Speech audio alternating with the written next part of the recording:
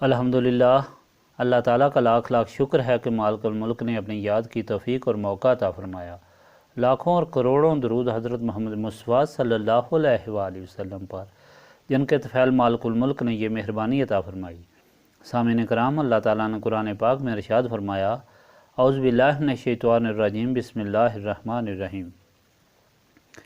اور یاد کریں جب آپ صبح اپنے اہل سے رخصت ہوئے، مومنوں کو لڑائی کے لیے جگہوں پر بٹھا رہے تھے، اور اللہ تعالیٰ خوب سننے والا جاننے والا ہے جب تم سے دو جماعتوں نے بزدلی کا ارادہ کیا۔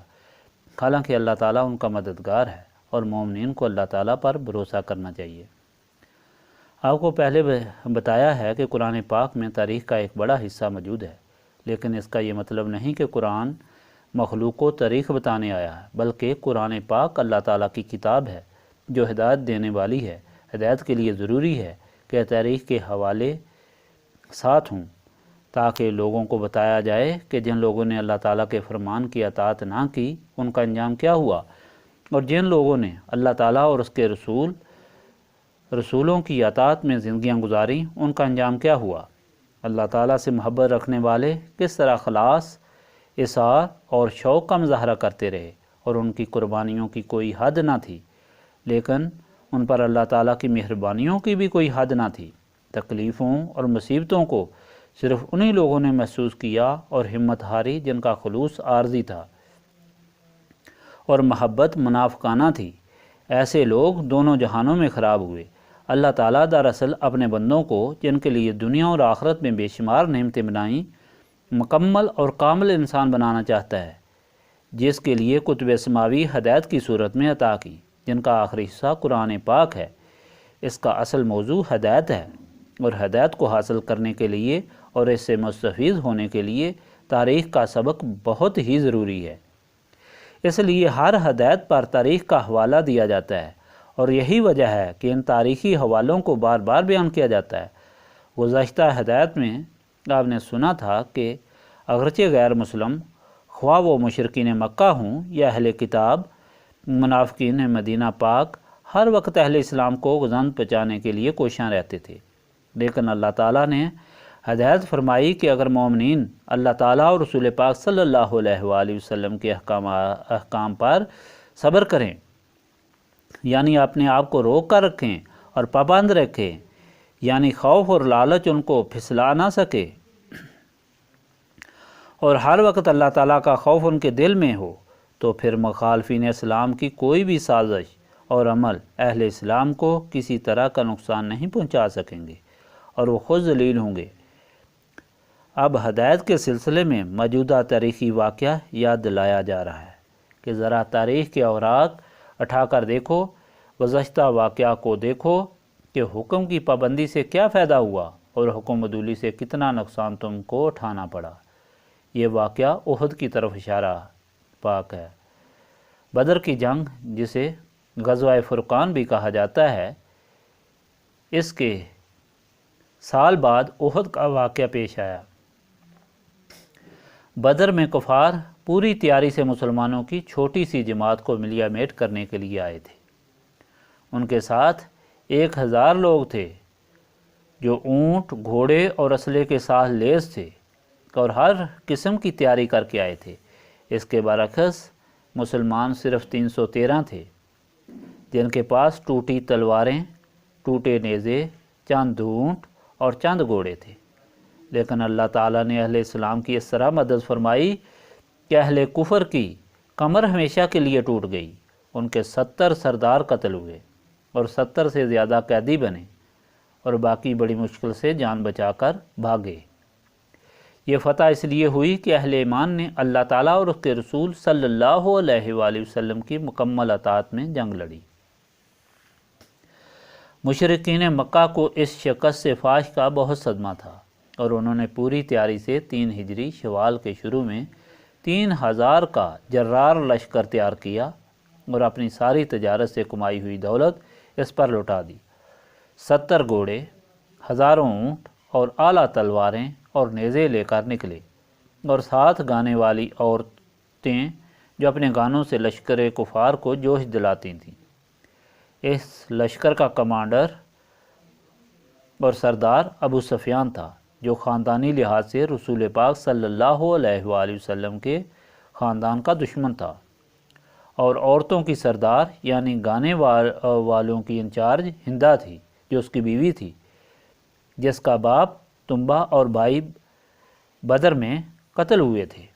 یہ لوگ اس قدر دشمنی میں جلے ہوئے تھے کہ انسانیت کی حدود سے بھی نکلے ہوئے تھے، یہاں تک جب یہ ابوا میں پہنچے جہاں نبی پاک صلی اللہ علیہ وآلہ وسلم کی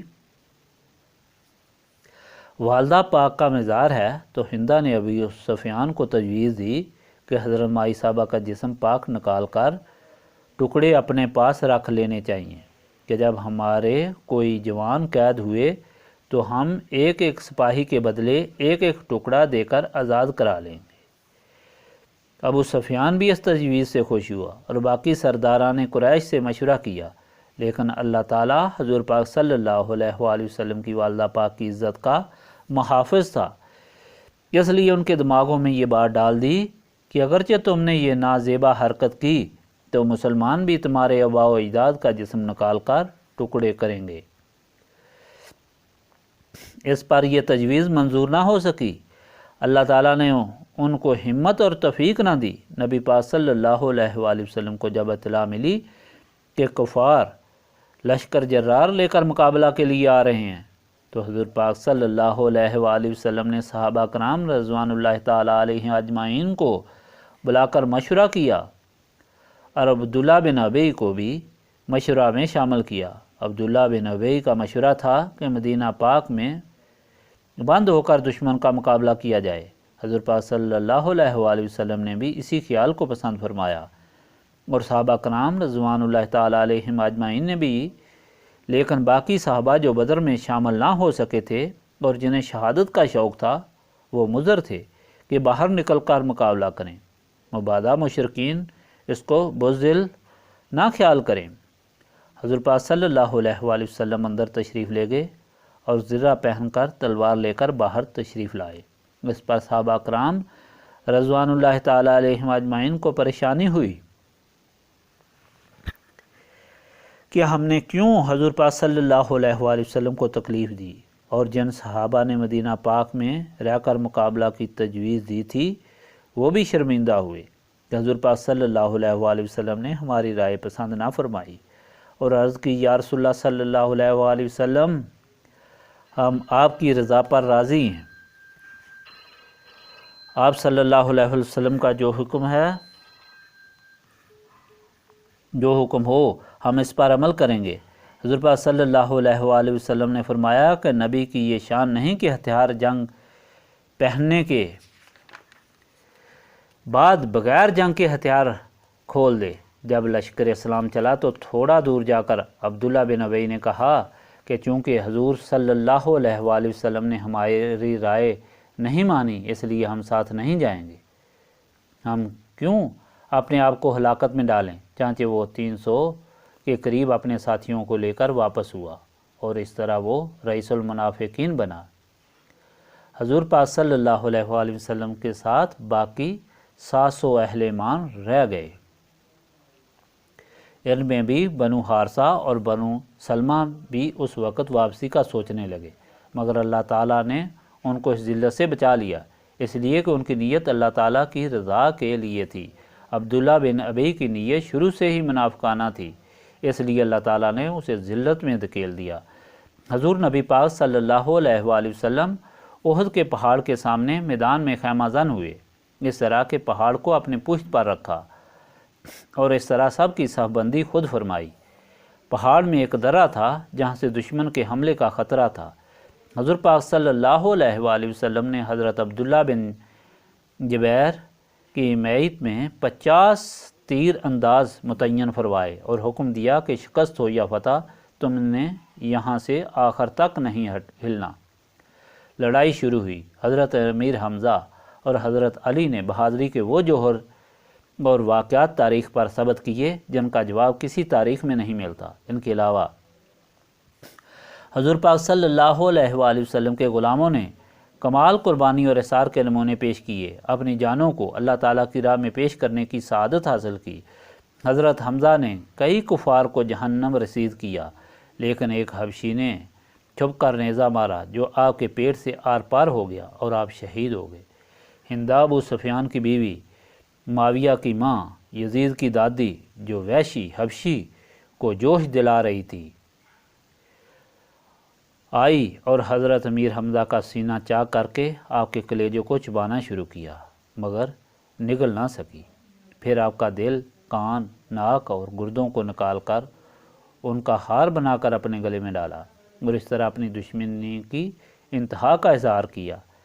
اہل ایمان کی کمال بہادری سے کفار کے قدم اکھڑ گئے اور وہ بھاگ نکلے۔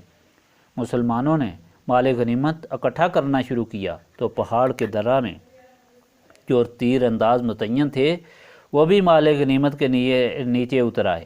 عبداللہ بن جبیر نے بڑے زور اور سختی سے منع کیا، حضور پاک صلی اللہ علیہ وآلہ وسلم کا فرمان بتایا اور یاد دلایا، مگر انہوں نے کہا کہ اب لڑائی ختم ہو چکی ہے، ہمارا یہاں ٹھہرنا فضول ہے۔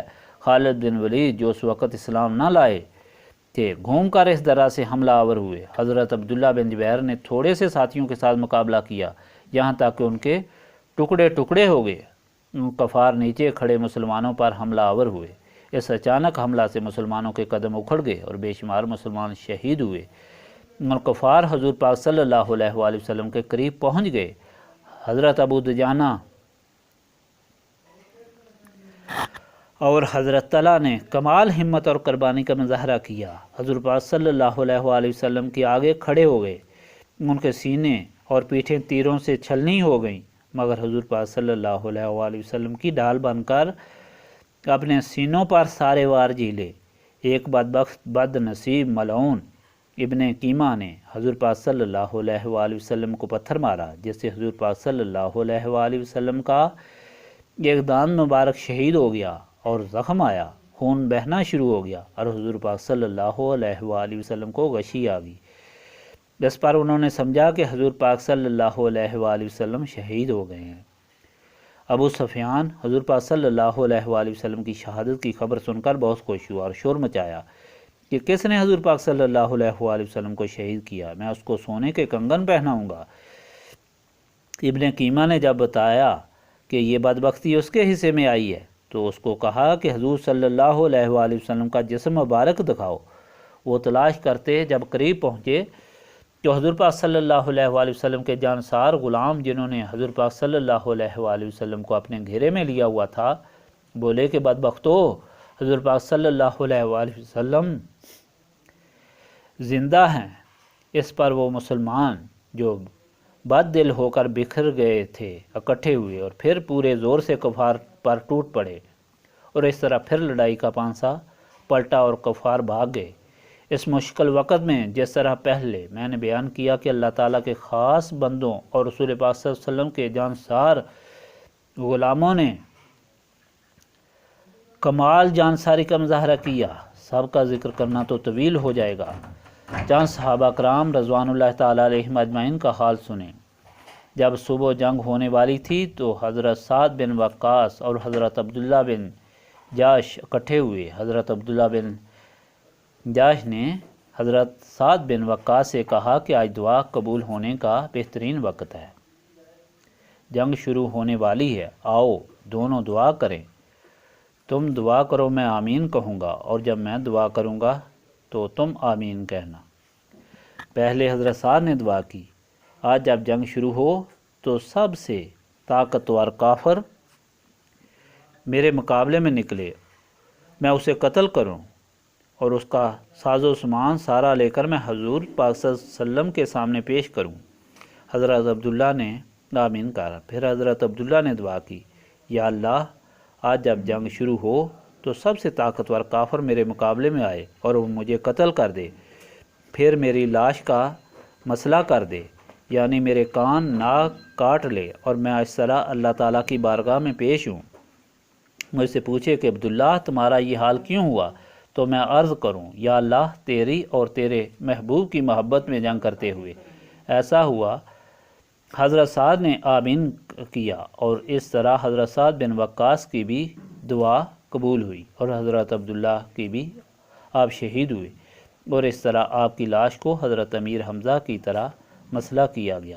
حضرت حنظلہ جو عامر فاسق دشمن اسلام کے بیٹے تھے مگر عاشق رسول تھے، اسی رات ان کی شادی ہوئی۔ جب انہوں نے سنا کہ جنگ ہوگی تو وہ بھاگ کر اسی لباس میں میدان جنگ میں پہنچ آئے اور بہادری کے جوہر دکھانے کے بعد شہید ہو گئے۔ جب ان کا جنازہ پڑھنے لگے تو ان کے سر سے پانی ٹپک رہا تھا۔ نبی پاک صلی اللہ علیہ وآلہ وسلم نے فرمایا کہ حنظلہ کو اللہ تعالیٰ کے حکم سے فرشتوں نے غسل دیا، اس لیے آپ کا نام غسیل ملائک پڑ گیا۔ جب کفار کا غلبہ ہوا اور شور ہوا کہ حضور پاک صلی اللہ علیہ وآلہ وسلم شہید ہو گئے ہیں تو یہ خبر مدینہ پاک میں پہنچ گئی، تو اہل مدینہ کی عورتیں جو پیچھے رہ گئی تھیں وہ بھی میدان کی طرف دوڑ پڑیں۔ ادھر مسلمان واپس آ رہے تھے۔ ایک بھائی نے ایک صحابی سے پوچھا کہ حضور پاک صلی اللہ علیہ وآلہ وسلم کس طرح ہیں؟ اس صحابی نے کہا تمہارا باپ شہید ہو گیا ہے۔ اس نے پوچھا حضور پاک صلی اللہ علیہ وآلہ وسلم کس طرح ہیں؟ تو صحابی نے کہا تمہارا شوہر بھی شہید ہو گیا ہے۔ اس نے پھر پوچھا کہ حضور پاک صلی اللہ علیہ وآلہ وسلم کس طرح ہیں؟ تو صحابی نے کہا تمہارا بیٹا بھی شہید ہو گیا ہے۔ تو اس بھائی نے کہا کہ میرے سوال کا جواب دو کہ حضور پاک صلی اللہ علیہ وآلہ وسلم کس طرح ہیں؟ تو اس پر صحابی نے بتایا کہ حضور پاک صلی اللہ علیہ وآلہ وسلم خیریت سے ہیں۔ تو اس بھائی نے کہا کہ الحمدللہ، اگر حضور پاک صلی اللہ علیہ وآلہ وسلم خیریت سے ہیں تو سب خیریت ہے۔ یہ چند واقعات اہل ایمان کی جانساری کے بیان کے لیے ہیں، اس لیے تاکہ ان پاک لوگوں کے واقعہ سن کر اور پڑھ کر ایمان کو ایک نئی لذت ملتی ہے۔ سوچنے والی بات یہ ہے کہ ان لوگوں کو یہ شان کیسے ملی کہ وہ ایک دوسرے سے بڑھ کر اور اپنی طاقت سے بڑھ کر اللہ تعالیٰ کے راستے میں قربانی دیتے تھے۔ یہ صرف نسبت رسولی صلی اللہ علیہ وآلہ وسلم کی برکت تھی، جس کی وجہ سے ان کے دل و دماغ روشن ہوئے۔ ان کے نزدیک دنیا اور دنیاوی زندگی کی کوئی قیمت نہ تھی۔ ان لوگوں کی اطاعت اور قربانی کی وجہ سے بدر میں بھی فتح ہوئی، احد میں بھی شروع میں فتح ہوئی اور پھر شکست کے بعد دوبارہ فتح ہوئی۔ یہ شکست اور تکلیف بھی حکم عدولی کی وجہ سے ہوئی۔ اس لیے اللہ تعالیٰ نے فرمایا کہ اگر دونوں جہانوں کی شکست اور رسوائی سے بچنا چاہتے ہو تو اللہ تعالیٰ کے حکم پر صبر کرو اور اس کا خوف دل میں ڈالو، تو کفار کبھی تم کو نقصان نہیں پہنچا سکیں گے۔ اس فرمان کے ثبوت کے لیے احد کا واقعہ بیان کیا گیا۔